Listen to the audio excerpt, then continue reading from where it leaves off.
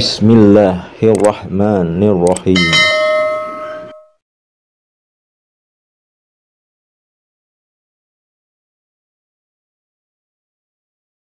A'udzubillahi minasyaitonirrajim. Bismillahirrahmanirrahim. Assalamualaikum warahmatullahi wabarakatuh. Alhamdulillah rabbil alamin. Wassalatu wassalamu ala sayyidina karim Muhammadin wa ala alihi wa sahbihi rasulillahi ajma'in, amma ba'du. Bersyukur kita kepada Allah dengan kita mengucapkan alhamdulillah. Segala puji bagi Allah yang telah memberikan kita banyak kenikmatan. Nikmat yang utama yaitu nikmat iman, nikmat Islam, nikmat sehat, dan tentunya yang tidak kalah pentingnya yaitu nikmat kesempatan dan waktu luang, sehingga kita masih dapat dipertemukan kembali di channel Cahaya Al-Qud ini yang insya Allah selalu membahas hal-hal yang bermanfaat dari dunia sampai akhirat.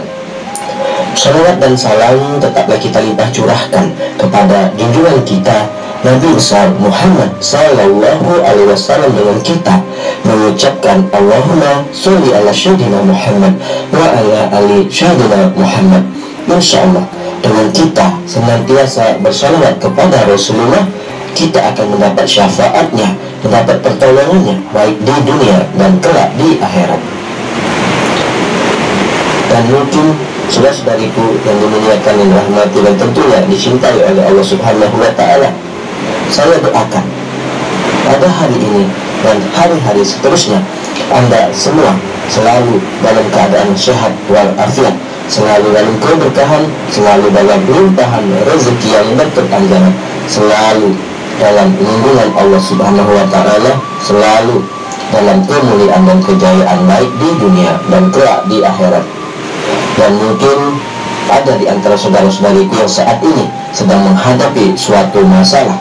Saya doakan insya Allah semua masalah-masalah yang Anda hadapi akan segera diangkat oleh Allah Subhanahu wa Ta'ala, diselesaikan oleh Allah Subhanahu wa Ta'ala, dan diberikan jalan keluar yang terbaik oleh Allah Subhanahu wa Ta'ala. Amin amin ya rabbal alamin. Saudara-saudariku, para pemirsa channel Cahaya Al-Qud yang dimuliakan Allah, pada kesempatan perjumpaan kita kali ini saya akan berbagi, kita sama-sama akan membahas mengenai tahajud yang merugi di hadapan Allah Subhanahu wa Ta'ala. Ahli tahajud ini tidak mendapatkan pahala apapun.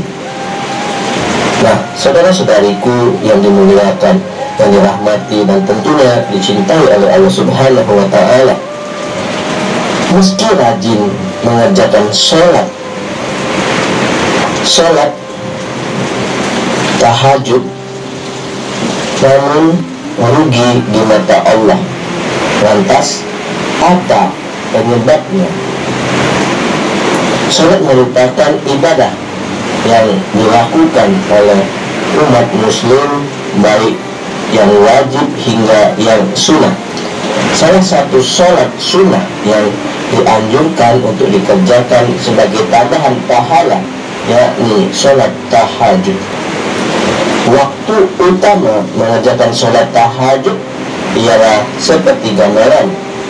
Hukum sholat tahajud yakni sunnah muakkad, artinya sunnah yang dikerjakan mendapat pahala, sementara bila tak dikerjakan pun tidak akan mendapat dosa.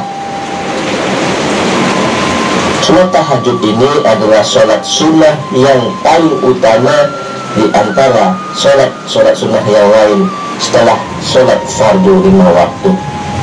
Akan tetapi sholat tahajud memiliki keutamaan yang istimewa yang diberikan Allah Subhanahu wa Ta'ala bagi umat muslim yang mau menjalankannya. Namun ternyata meski mengerjakan sholat tahajud tapi rugi di mata Allah. Nah, saudara-saudariku, kenapa demikian?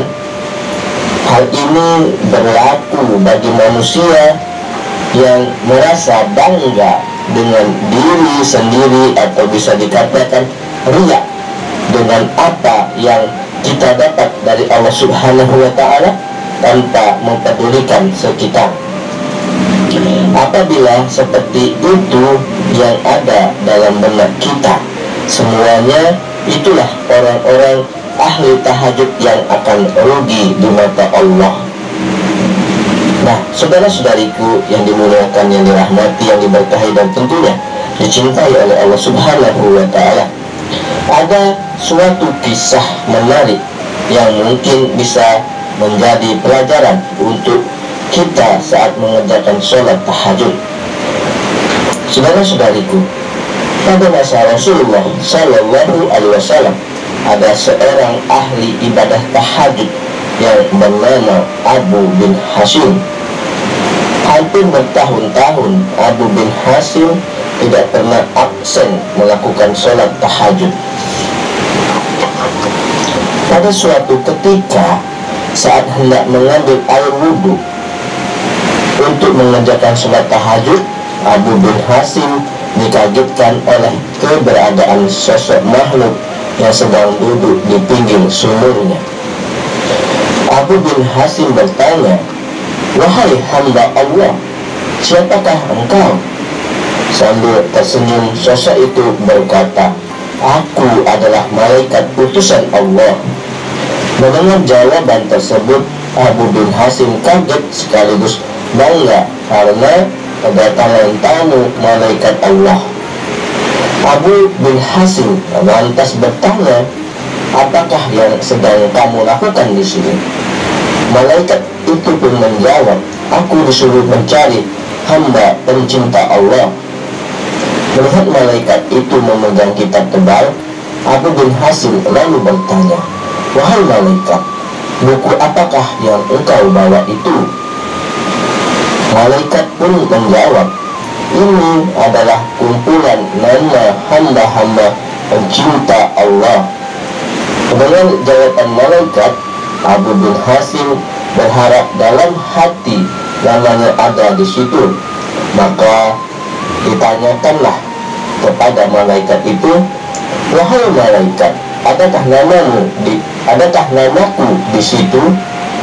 Abu bin Hashim beranggapan bahwa namanya ada di buku itu. Mengingat amal ibadahnya yang hampir tak pernah putus, selalu mengerjakan sholat tahajud, berdoa dan bermunajat kepada Allah Subhanahu wa Ta'ala di sepertiga malam, dan masih banyak yang lainnya. Setelah dibuka dan dicari, ternyata malaikat tidak menemukan nama Abu bin Hashim di dalamnya. Karena tidak percaya dengan apa yang disampaikan oleh malaikat tersebut, lalu Abu bin Hashim meminta malaikat mencarinya sekali lagi. Lalu carilah sekali lagi dan berkata malaikat tersebut, "Betul, namamu tidak ada di dalam buku ini." Mendengar namanya tidak ada dalam buku catatan yang dibawa malaikat tersebut, Abu bin Hashim pun gemetar dan jatuh tersungkur di depan malaikat. Beliau menangis sejadi-jadinya sambil berkata, "Rugi sekali diriku yang selalu tegak berdiri di setiap malam dalam tahajud dan bermunajat, tetapi namaku tidak masuk dalam golongan para hamba pencinta Allah." Melihat hal tersebut, malaikat itu pun berkata, "Wahai Abu bin Hashim, bukan aku tidak tahu engkau bangun setiap malam ketika yang lain sedang tidur. Bukan aku tidak tahu engkau mengambil air wudhu dan kedinginan pada saat orang lain tertelap, pada saat orang lain terlelap dalam buayan malam. Tetapi ketahuilah, tanganku dilarang Allah untuk menulis namamu." Karena kaget dengan jawaban malaikat, Abu bin Hashim pun berkata, "Apakah gerangan yang menjadi penyebabnya, wahai malaikat?" Lalu malaikat itu pun menjawab, Engkau memang bermunajat kepada Allah, tapi engkau pamerkan dengan rasa bangga kemana-mana dan asik beribadah memikirkan dirimu sendiri. Sedang di kanan kirimu ada orang sakit dan kelaparan, tapi engkau tidak menengok dan memberinya makan. Bagaimana mungkin engkau dapat menjadi hamba pencipta Allah kalau engkau sendiri tidak pernah mencintai hamba-hamba yang diciptakan Allah Subhanahu wa ta'ala? Mendengar jawaban tersebut, hati Abu bin Hasim seperti disambar petir. Dia tersadar bahwa ibadah yang dilakukannya selama ini hanyalah untuk memperbanyak harta kekayaan tanpa mempedulikan orang-orang yang membutuhkan uluran tangannya. Nah, saudara-saudariku yang dimuliakan Allah, semenjak kejadian itu, dalam sholatnya Abu bin Hasim selalu meminta ampun kepada Allah dan mulai menyadari bahwa manusia diciptakan Allah memang untuk beribadah kepadanya. Akan tetapi selain dari itu juga untuk membantu sesama yang sedang membutuhkan bantuan.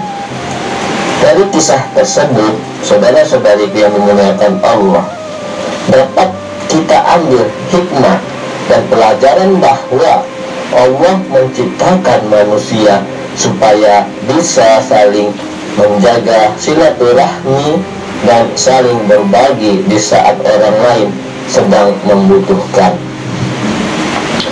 Boleh-boleh saja kita berdoa meminta dilancarkan rezeki dan diperbanyak harta kekayaan kita. Akan tetapi ingatlah, apabila Allah sudah mengabulkan doa-doa kita, sebaliknya kita juga tidak lupa untuk menyisihkan sedikit dari harta yang kita dapat untuk membantu mereka yang sedang kesusahan.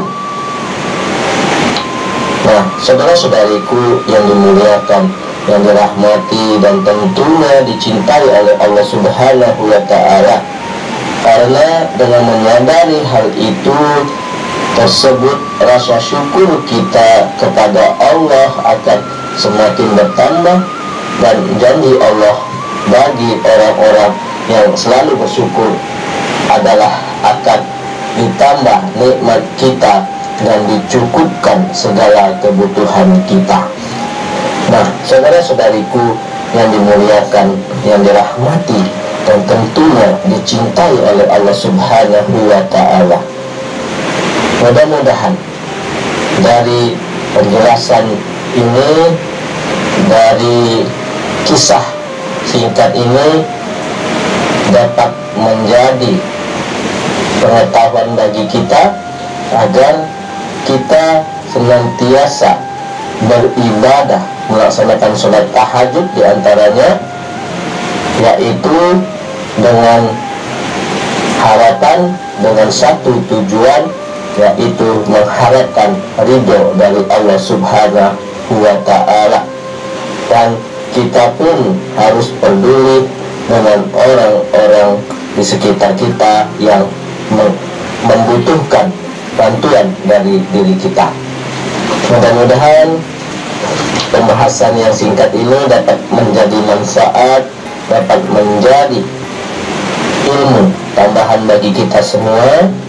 Adapun yang benarnya datangnya dari Allah, yang salah adalah kesilapan dari diri saya pribadi. Kepada Allah Subhanahu wa ta'ala saya mohon ampun. Subhanakallahumma wa bihamdika asyhadu alla ilaha illa anta astaghfiruka wa atubu ilaik. Wallahul muwaffiq ila aqwamit thoriq. Sampai jumpa di video-video berikutnya yang insyaallah selalu membahas hal-hal yang bermanfaat dari dunia sampai akhirat. Wassalamualaikum warahmatullahi wabarakatuh.